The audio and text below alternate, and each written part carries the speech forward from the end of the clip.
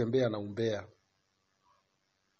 Maneno haya yanaangaliwa katika kitabu kinaitwa Rawai'ul Bayani cha Muhammad ibn Ali Swabun katika Dhurubu Sihir, katika aina za uchawi.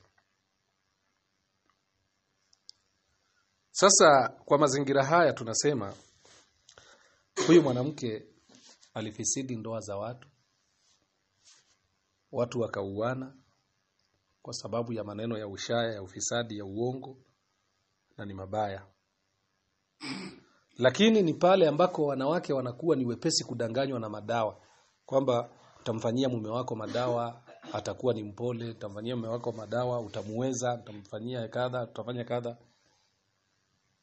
Mwanamke anapodanganywa kumlisha mume wake madawa, mengine anaweza akalishwa akamuua, anaweza akalishwa akamfanya kuwa ni kichaa, anaweza akalishwa akamfanya kuwa ni mwenda wazimu, anaweza akamlisha akaharibu mambo mengi kwa sababu tu ya upuuzi wa namna hii. Mwanaume hapoozwi kwa madawa isipokuwa anapoozwa kwa hekima na busara anazozitumia mwanamke, maneno mazuri anayozungumza mwanamke, matendo mazuri anayomtendea mwanamke.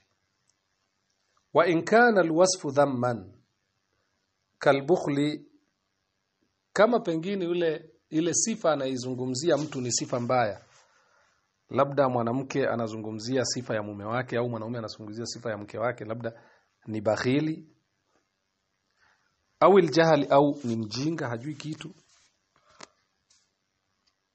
au alghilda au ukali, fahadha kadhalika la yajuzu, hii pia haifai kutoa siri hizo, illa idha kana ala sabili ashakwa au shakaya, labda iwe katika hali ya kushtakia, lima yuridu alislah, kwa yule anayetaka kuwasuluhisha, kuwapatanisha, kalqadhi walhakim walmudir, kama vile qadhi au hakimu au mudir wa ghairi dhalika, na wengineo, min ahli alhilli walislah, katika watu ambao wanaweza kupatanisha watu.